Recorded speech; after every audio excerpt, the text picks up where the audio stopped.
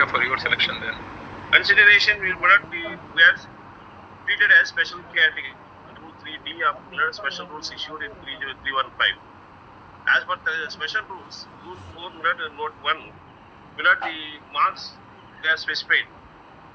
OC, BC, EC.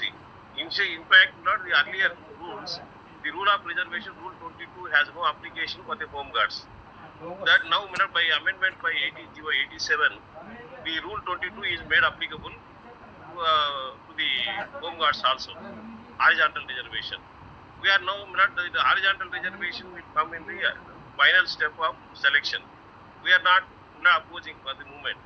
Our concern is when we are treated as special category and certain posts were reserved for home guards and we are entitled for treatment as special category from among ourselves. We cannot be equated with the fresh recruitment candidates who are youth. They are 25, 23 years, we are 34, 39, 38, 40 years. We cannot be put on par with them and make to run 1600 meters along with 8 minutes. So 10 minutes. 10 minutes, 8 minutes. Make bench down. So therefore, the 1 minute rule itself says that special category. 1 minute our cases has to be considered based on the special category without clumping into the fresh candidates. The rule also says that.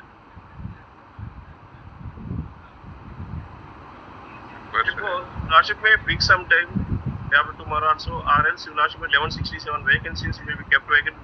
If suppose tomorrow we don't succeed, those vacancies will go for the fresh vacancies. If that two vacancies are Counter ఉందా అండి? Okay. Remote extended by 4 weeks. Post after 2 weeks for counter. 139, 140, 141. 130.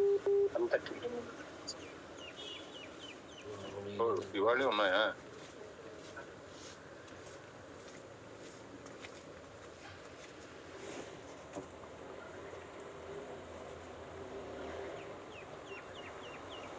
Okay.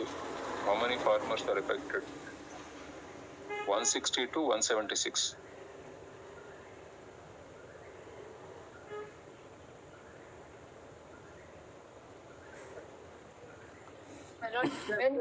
Even when there is status quo? Tomorrow in supplemental list, be available. మీరు ఎప్పుడు వస్తారో రండి, అప్పుడు చెప్తాను. May not look nice to take up a case at 4:30. Number 135. Especially when other side is saying. Item number 135, your lordship, there is urgency in the matter. Dates కావాలంటే ఇవ్వండి, extension అయితేనే నేను చెప్తాను. 4:30 టైం అయిపోయింది. దీని యొక్క మొత్తం సారాంశం ఏంటంటే హోంగార్డ్స్కి సంబంధించి సేనా కుమార్ గారు వాదించడం జరిగిందండి. ముఖ్యంగా చెప్తున్నాను, కోర్టు హీరింగ్కి సంబంధించి జడ్జి గారిని కానీ జడ్జిమెంట్ని కానీ ఎవరో కూడా తప్పు పట్టొద్దు, ఎవరో బూతులు మాట్లాడొద్దు. సేనా కుమార్ గారు వాదించడం స్టార్ట్ చేశారండి. స్టార్ట్ చేసిన తర్వాత వీళ్ళకి సంబంధించి ప్రతి ఒక్కటి కూడా చాలా ఇబ్బందికరంగా అయిందండి. వీళ్ళు ఏంటంటే జనరల్ క్యాండిడేట్స్తో పాటు పోటీ పడ్డారు. ప్రిలిమినరీ వీళ్ళకి ఎగ్జామ్షన్ ఇచ్చారండి సింగిల్ జడ్జి గారు. వీళ్ళని ఈవెంట్లు క్వాలిఫై చేశారు. ఈవెంట్లో కొంతమంది క్వాలిఫై అయ్యారు, కొంతమంది క్వాలిఫై అవ్వలేదు. క్వాలిఫై అవ్వనోళ్ళు ఇప్పుడు వేశారండి. వాళ్ళకు సంబంధించి 35 నుంచి 40 సంవత్సరాల లోపు ఉంది. దగ్గర 15 సంవత్సరాలు సర్వీస్ చేశారు గవర్నమెంట్కి. అయినా సరే వీళ్ళు జనరల్ క్యాండిడేట్స్తో పాటు సేమ్ సమయం ఇచ్చారు. వీళ్ళని స్పెషల్ కేటగిరీగా ట్రీట్ చేయమని చెప్పి సేనా కుమార్ గారు వాదించడం ఇచ్చేశారండి.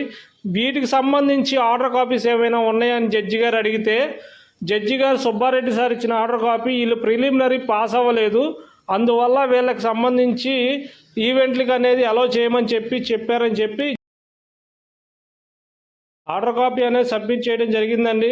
ప్రతి ఒక్క ఆర్డర్ కాపీ కూడా చూశారు. చూసి దీనికి సంబంధించి 72 పిటిషన్ నుంచి దగ్గర 145 పిటిషన్లు దాకా ఉన్నాయి. దీనికి సంబంధించి ఏంటి అని అడిగితే వీటికి ఏమీ లేదు సార్, వీళ్ళకి ఏజ్ ప్రాబ్లము, ఒక్కొక్కరికి 35 నుంచి 40 సంవత్సరాల లోపు ఉన్నాయి. అందువల్ల వీళ్ళు జనరల్ క్యాండిడేట్స్తో పాటు పరిగెత్తలేక ఈవెంట్స్ అనేది క్వాలిఫై అవ్వలేదు.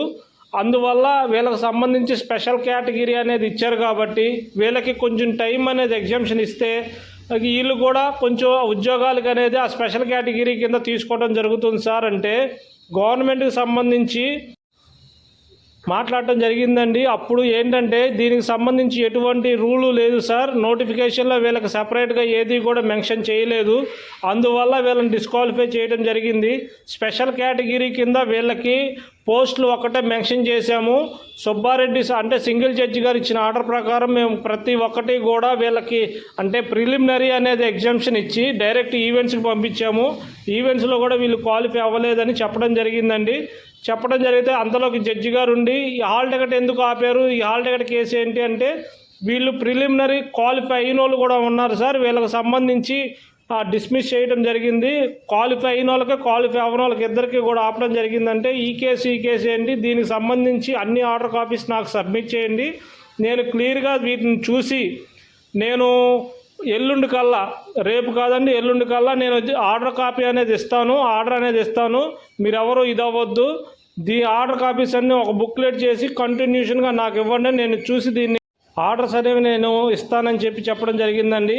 ప్రతి ఒక్కళ్ళు కూడా ఈ వీడియో మీకు నచ్చినట్లయితే లైక్ చేసి సబ్స్క్రైబ్ చేయండి. అందరికన్నా ముందు మీకు అందజేయాలన్న ఉద్దేశంతోనే నేను చేయడం జరిగింది.